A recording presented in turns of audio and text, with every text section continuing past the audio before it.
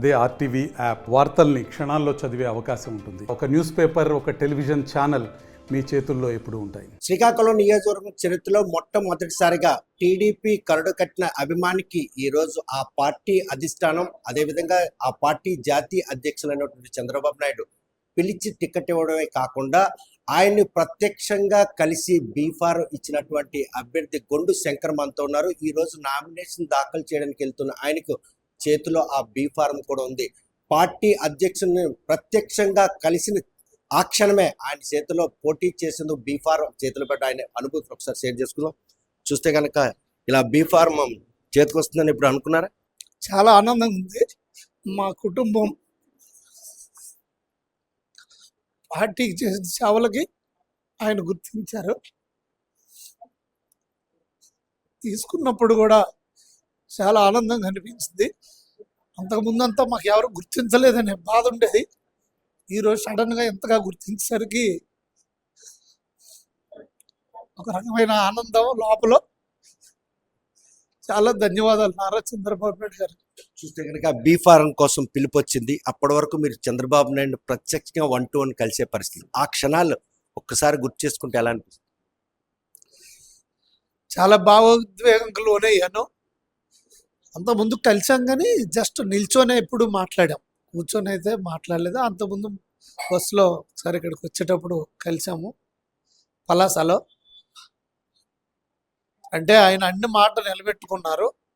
ఎవరైతే కష్టపడి జనాల్లో ఉంటారో, పార్టీ కోసం కష్టపడతారో వాళ్ళని గుర్తించి టికెట్ ఇస్తామని చెప్పడం జరిగింది.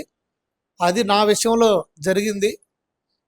అందుకు నేను తెలుగుదేశం పార్టీ జాతీయ అధ్యక్షులు నారా చంద్రబాబు నాయుడు గారికి, లోకేష్ అన్న గారికి, ఆయన మానసపుత్రిక అయినటువంటి అన్నా క్యాంటీన్ మూతపడినా కూడా దాన్ని కొనసాగించాలన్నటువంటి మీ సత్సంకల్పం ఈరోజు శ్రీకాకుళం నియోజకవర్గంలో పోటీ చేసే అవకాశం వచ్చింది టీడీపీ తరఫున.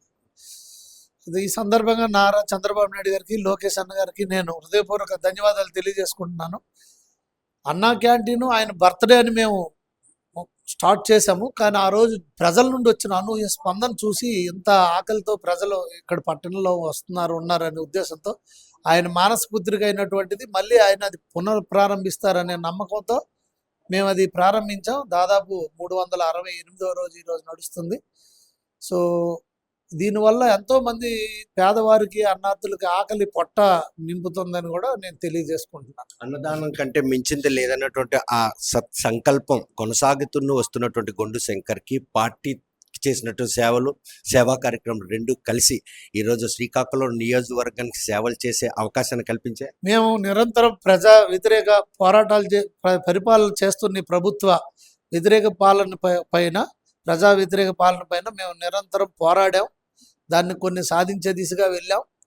దీనికి గుర్తింపుగా అలాగే పార్టీలో మాకున్న క్రమశిక్షణ, నిబద్ధత, నమ్మకం, అలాగే గుండా అప్పల్ సూర్నాన్ గారు, లక్ష్మీదేవి గారికి, అలాగే కింజరాపు ఎర్రనాయుడు గారికి ఎప్పుడు కూడా అంతకు ముందు కూడా తెలుగుదేశం పార్టీ తరఫున ఎవరు పోటీ చేసినా వారు అందరి కోసం కూడా మేము ఎంతో నిబద్ధతతో, నమ్మకంతో, వారు రెండు కుటుంబాలకు కూడా మేము నమ్మకంగా పనిచేయడం మాకు అదొకటి కూడా గుర్తింపు వచ్చింది. పార్టీలో తల్లిదండ్రులుగా భావించినటువంటి గుండె లక్ష్మీదేవి, గుండప్పల్ సూర్నాన్ ఆశీర్వాదాలు నిన్న లభించాయి.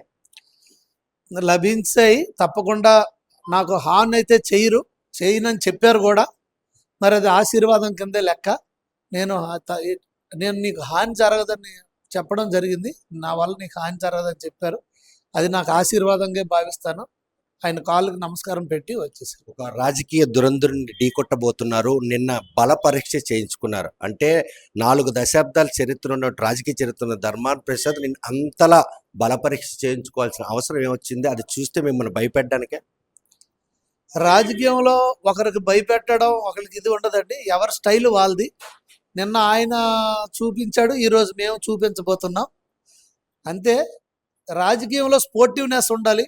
ప్రజలు ఏది మంచి, ఏది చెడు గ్రహించి ఎవరికి అధికారం కట్టబెట్టాలో వాళ్ళు నిర్ణయిస్తారు. దానికోసం మనం వ్యక్తిగత దోషణలకు పోయి, కక్షలకి, తారతమ్యాలకి వెళ్ళిపోయి అది అంతా నాకు అనవసరం. నేను ఆ పద్ధతి నాది కాదు. నేను వ్యక్తిగత దోషణలకు కానీ, వ్యక్తిగత కక్షలకు కానీ వెళ్ళే రకం నేను కాదు.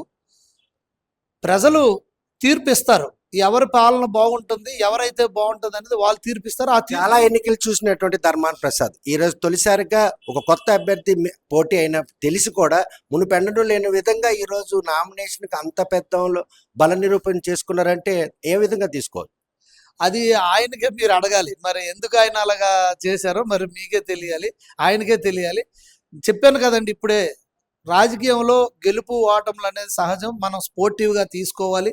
ప్రజలు అనేది న్యాయ నిర్ణేతలు, వాళ్ళ నిర్ణయాన్ని మనం శిరసావహించాలి. అంతవరకు ఉండాలి. కానీ అదే వ్యక్తిగత దోషాలకు కానీ వ్యక్తిగత కక్షలకు కానీ అలాగే వెళ్ళడం అనేది పద్ధతి కాదు అనేది నా ఉద్దేశం. నేను ఎప్పుడు కూడా ఆ పందాలో వెళ్ళను. నా పందా ఏంటంటే నేను ఏం చేయబోతున్నాను, ఇప్పుడు ఉన్న వాళ్ళ ఫెయిల్యూర్స్ ఏంటనేది చెప్పాలి. మనం చెప్తే మన ధర్మం. ప్రజా వ్యతిరేక పాలన, నిరంకుశత్వ పాలన ఏదైతే జరుగుతుందో దానిపైన మనం పోరాటమే తప్పించి ఇంకో ఉద్దేశం కాదు. చూస్తే కనుక 4 దశాబ్దాల పాటు టీడీపీ పార్టీకి చేసినటువంటి సేవలు గుర్తించే ఈ రోజు తనకు ఎమ్మెల్యేగా పోటీ చేసే అవకాశం టీడీపీ కల్పించింది.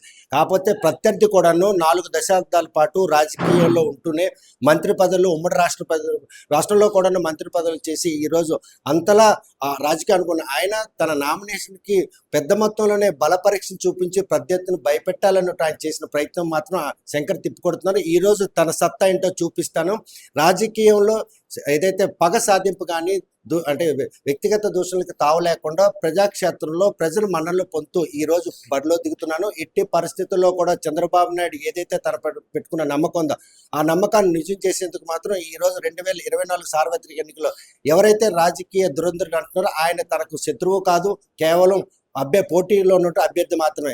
ప్రజలు ఇచ్చే తీర్పుకు మాత్రం శిరసావహిస్తున్నారు. ప్రసాద్కి సంబంధించినంత వరకు ఈ విషయంలో మాత్రం తాను పోటీలో ఉన్నానే తప్ప తనతో వ్యక్తిగత కక్షలు లేవని చెప్తున్నాం.